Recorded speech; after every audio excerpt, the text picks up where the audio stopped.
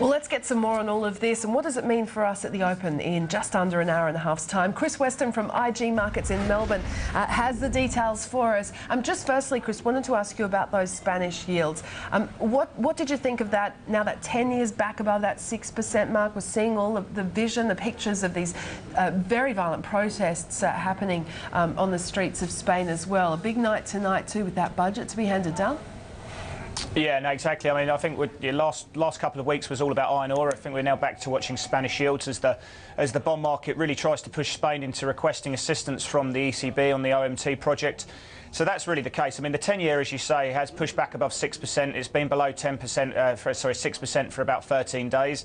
So, you know, monster move up 32 basis points and, you know, monster moves across the curve last night. So I think it really started with, which didn't get a huge amount of price action, you know, negative price action here in Asia yesterday. The Financial Times article that was reiterated across the world, that the market seemed to have lost a bit of patience here and traded on the belief that the negative feedback loop between the sovereign and the banks had been broken from the June summit that we saw, where the ESM or the stability mechanism would be able to buy directly or recapitalise the different European banks directly. Now, as we know, that the Finns, the Germans and the Dutch are saying that, or the finance ministers are saying, this can't now apply to legacy assets or you know, pre assets there.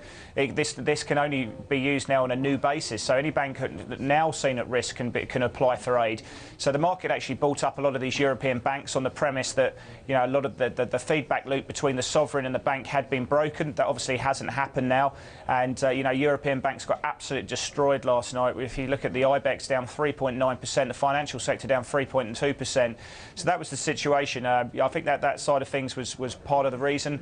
As you mentioned there was a lot of protests going through Spain. There's been some pretty violent protests for the last couple of days now, and that potentially could get worse tonight. We'll have to see what happens with the reform plans. The market would love to see Spain dictate their own destiny here. They'd love to see the Spanish come out and put through their own austerity measures, their own reforms, rather than that being dictated to by some of the European officials if Spain were to come and attack the OMT project down the line. That's the situation. In an ideal world, we'd like to see the Spanish come out, you know, put through their own determinations of spending cuts, their own taxes. There will be I think that the barriers to the wealth tax will probably be lowered to about 108,000.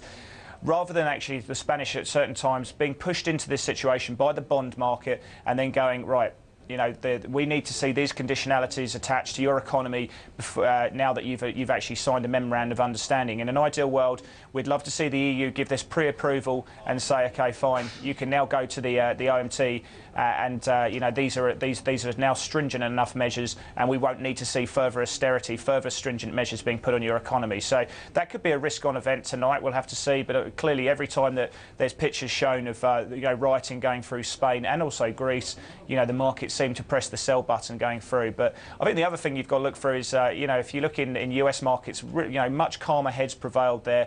The price action was certainly a lot less erratic than we saw in Europe. And I think the other big headwind we are seeing is equities have massively outperformed bonds this quarter and this month as well. And as a result, you know, we are seeing this huge rebalancing from pension funds who have to have a certain amount of weighting between equities and bonds. Huge selling of equities, and a lot of that money has to reallocate back into bonds. So, you know, that's going to be a headwind for the rest of the week, I think, in terms of price action here.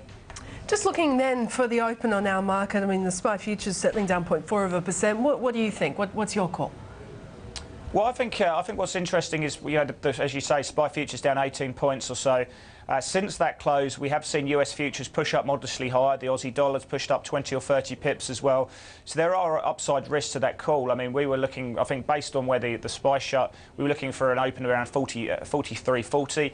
I think we're looking for that. I think we're looking for the market to be down about 10 points now. So it's not, considering as what we saw from Europe with the price action on the currency markets, with the euro trading down to 128.35, just above the 200-day, and obviously the blanket sell-off we saw across European markets. You know, a 10-point drop on the open is quite reassuring, to be honest. I mean, we can also look at some of the price action on some of the US material stocks, and you know, if you look at Vale, really respecting that good support there and a nice rally into the close. I think what we saw from Bayer Steel last night, you know, the fourth biggest China steel maker, they've suspended production because of a halt, because of the drop-off in demand that they've been seeing. If you add that to what we've been seeing from Rio with Simandou, you know, that production growing, coming out at a slower pace, I think these are good situations for the iron ore price. I mean, we're seeing a supply-side response now, and you know, that should put some upside potential into the iron ore price. I think the iron ore price in yesterday's session was up about 0.5% as well. So, you know, I wouldn't get overly bearish on that space today. The other thing is, you know, the price of Brent, you know, that came down to a significant low last night, but had a really strong rally going into the back end of the day, and is actually higher than where we closed yesterday. Energy stocks, you know, it's going to be hard to see. I think the energy sector in the US was the worst performer. It was really about defensives there. I mean, it was about utilities and consumer goods stocks. So it's pretty fair to say that our defensive stocks will outperform today. BHP's ADR, when it closed, was down about 0.9%. So I think it's going to be an interesting day. But I think ahead of what we're going to see tonight in terms of the Spanish reforms, that's going to be the big driver of price action. That's going to be the big worry. You know, will this be enough to appease the EU going forward? So looking then at the currency trades, how do you position yourself then on the Aussie? Well, I mean, we'd been hoping for a break and an actual close. The daily close being 7 o'clock in the morning at for about 103.41, 103.42. And as a momentum trader, we would have liked to have added to short positions there, but that hasn't materialised. It's closed above that level. So I think at the moment we are starting to see a little bit of buying creeping back into the Aussie, or should I say short covering coming through. So I'll be steering clear. I want to add to shorts if we do get a break of that 103.41 level. That's not just the 200-day moving average, but it's a big retracement level of the September rally as well. So I think we close below that tonight, then I think you can look to add to shorts for a move down to about 101.50.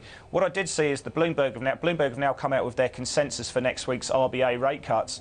Or potential rate cuts anyway, and I think only 7 of 26 economists are calling for rate cuts next week. Now, you know, that's about 30% of economists. That includes Westpac, ANZ and AMP amongst those mix, but the bulk of economists are saying that the RBA are going to stay pat. That's very much at odds with the credit markets, the swaps markets, who are pricing about a 68% probability that we are going to get a cut.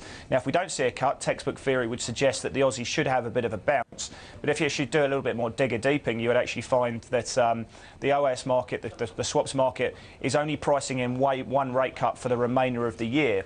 So even if we don't get a rate cut this time, the market's still going to be subdued going into the back end of the year. So, look, I mean, I still think that the Aussie certainly has vulnerabilities. I'd be looking to sell any kind of big rallies tonight. You know, if we get a move up to about the 104 level, I think that'd probably be a good place to go until we can regain some composure in Europe. At the moment, the market's still very jittery around what's going to happen. So you'd look to sell rallies in Aussie at the moment.